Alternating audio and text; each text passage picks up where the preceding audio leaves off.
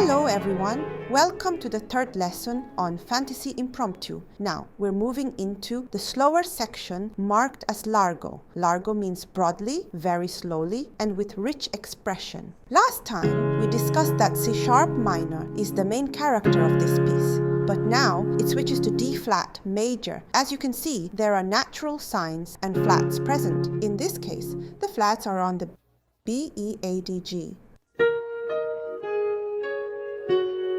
From this last G, since D flat is the second to last flat, the key is D flat major. So this one is D flat major. You might be wondering, isn't C# the same as D flat? Yes, they are the same notes, but with different names, C# and D flat. This is called an enharmonic equivalent, and it's something very interesting that Chopin did in his composition. You should know that this part has an enharmonic relationship with the first part. Now, let's move into D flat major.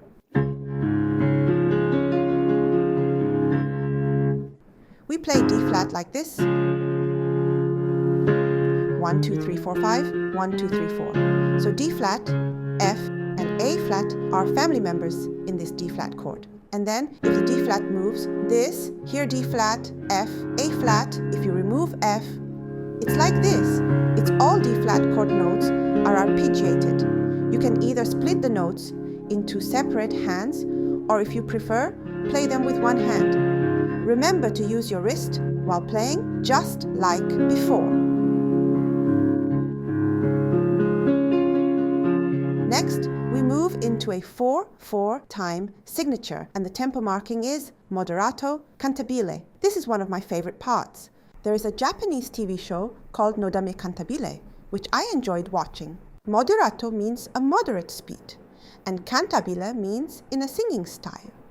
So, you should aim to play this section as if you're singing through the piano. Below the score, you'll also see the term sottovoce. This means to lower the sound, to play softly and gently. It's important to express the music richly and emotionally in this section. Let's dive into it. This part is repeated 4 times with slight variations, but it remains very similar. Let's learn that part. Earlier, I mentioned that the 5th note of the scale is the second most important. In C# minor, the 5th note is G#, and we saw this note repeated often. So what is the 5th note in D flat major? It's A flat. We can count it as D, E, F, G, A.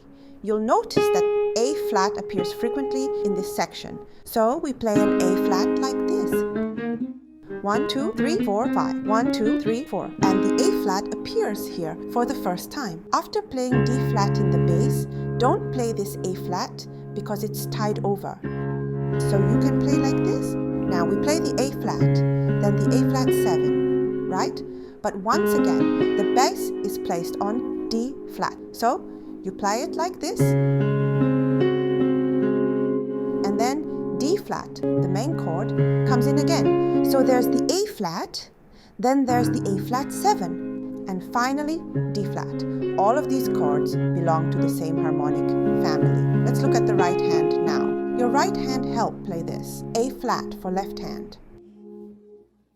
And if you can figure out this melody, you'll see a 2 against 3 rhythm, but as we matched it before, you can do it again. You can divide this like this, right? So these two have to match. It'll fit like this. Once you understand the principle, you'll be able to match them. Then we have a trill, which you can play like this.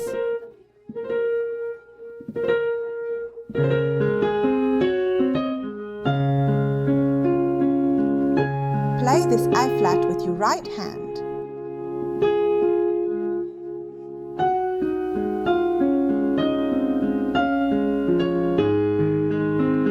Same thing here. Both hands descend together here. Here, it goes down one by one like this.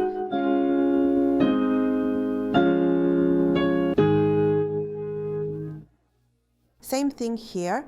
This is how you match them. It's 4 against to 3 rhythm. The F is one part of 16th notes, and we match it with the other hand. you can align it like this. Play D flat after the F. What is this chord, everyone? It's the A flat, right? Since this is an A flat chord, it contains an A flat, C, and E flat. Next comes G flat. And this marks the end of a large phrase. You can divide it here. Usually, a slur here indicates the phrase, which helps to show the musical expression. Just like when speaking, we finish sentences neatly. For example, we say, "Hello, I am teacher Chacha," and the sentence is completed. Music works the same way. That's why we see a decrescendo, which means to play softer. Just like we wouldn't say, "Hello, I am teacher Chacha," with too much energy at the end. So, after growing louder, we soften, and then we begin a new phrase. Here we see G flat again, and we play the G flat chord like this. And then we play G flat chord like this. Playing this bass using these fingers, a new chord has appeared. This is a B flat chord. It's played like this. 1, 2, 3, 4, 5. 1, 2, 3, 4. But we move the D here and add B flat. So we play it like this. Now, this becomes a B flat 7 chord. Earlier, we played B flat like this. But now we add A flat 7. 1, 2, 3, 4. We remove F and add B flat. Next, we jump to the octave up to here. Take a look at the right hand. We match them like this, right? But this time, the left hand is no longer in sync with the right on the first beat. Instead, the bass moves up one note at a time.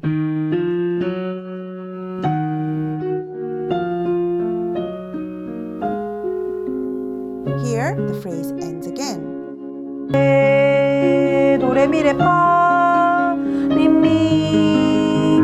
You might think the phrase is over, but there's a little more. Let's look at the left hand. It starts with D flat, right? This is a D flat chord, and next is an E flat 7 chord. You'll encounter E flat 7 chords quite a bit in this piece. So we start with an E flat chord, and by adding the 7th note, it becomes this. We added E flat and removed B flat. So you play it like this. Next is A flat, and then E flat minor with A flat in the bass. That's how you play it. Got it? This is how the left hand works. Now, there are various ways to match the ornamentation. You know how different regions have their own rules for games like Fia? It's the same idea here. Some people match it like this, while others match it like this. Then there are people who match it like this. Like this.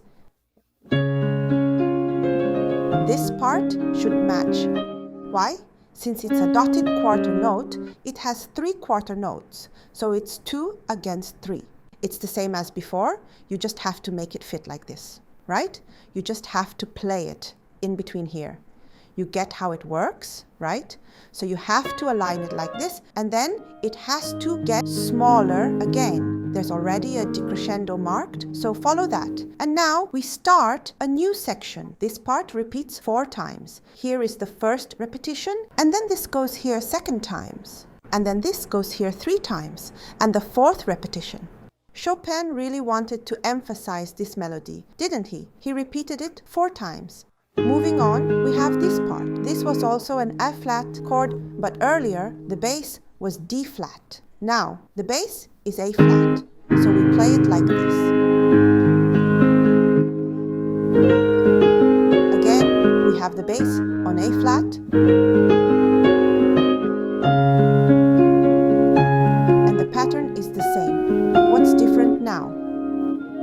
the ornamentation has changed. Some people match it like this, while others match it differently. But here's how it should be matched. You're free to match the ornaments whichever you like, but I recommend taking your time and not rushing. I don't want you to rush it. I want you to give it a lot of space, and the feeling will come through more naturally. Next, the pattern is similar.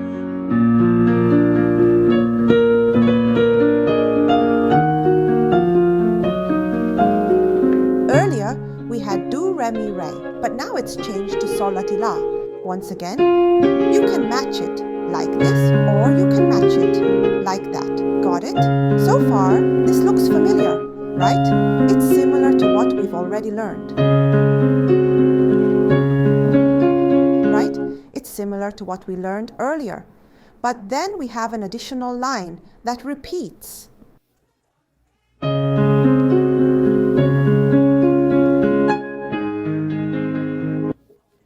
Let's take a look at this repeated part. Here, we start with A flat again, and then play it like this. Once again, we see an A flat chord, and now we have a new chord. What is it, everyone?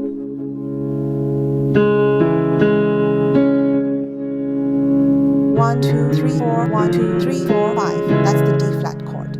Now we move to a D flat minor chord. Earlier it was a major chord, but now F is flattened. Let's pause here. Now look at the right hand. We have a trill, and you already know how to match them.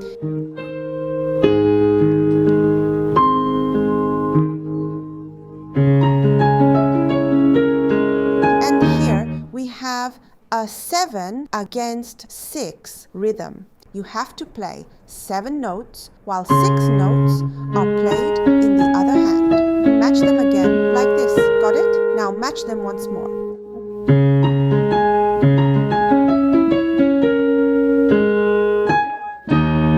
There's a dotted 8th note and a 16th note. So when you match them,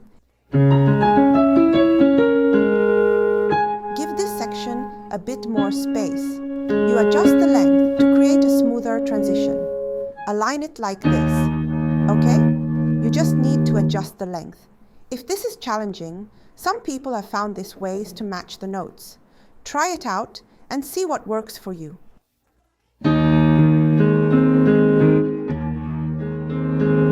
The left hand plays octave here.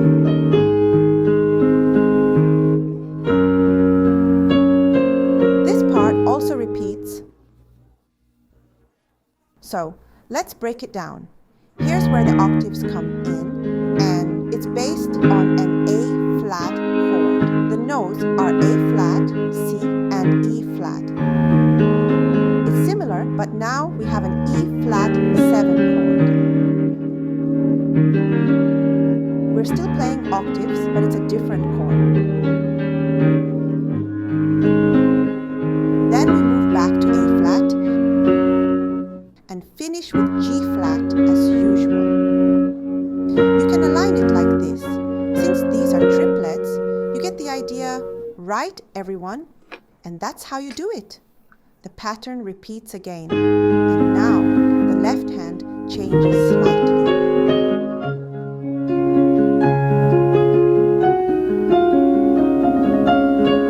You can play it like this, or you might see some variations in different sheet music. There are many ways it's written.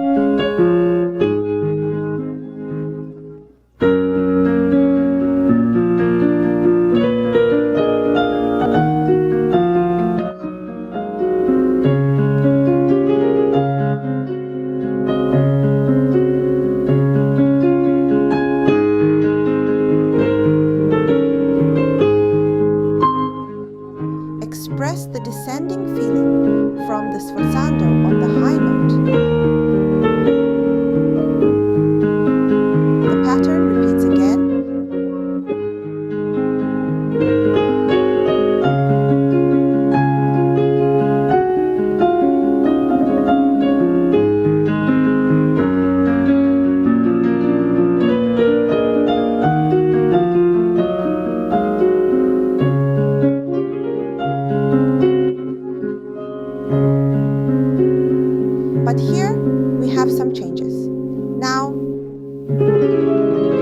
the first part we've learned before has come.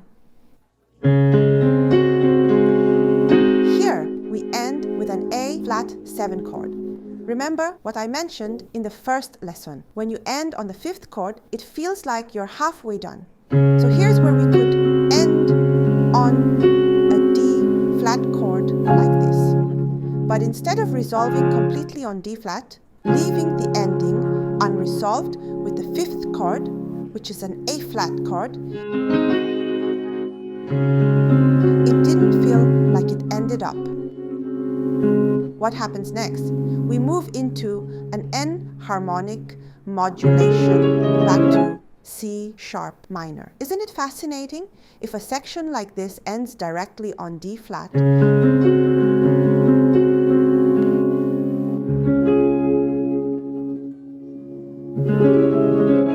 the tension would be reduced, right? But instead, Chopin leaves us hanging with tension in a way that doesn't feel completely resolved, leading us into a new section. So this part is the same as what we learned in the first lesson. Now next, we're going to learn the final coda section. We will continue to cover that in the next video. All right, see you all, bye.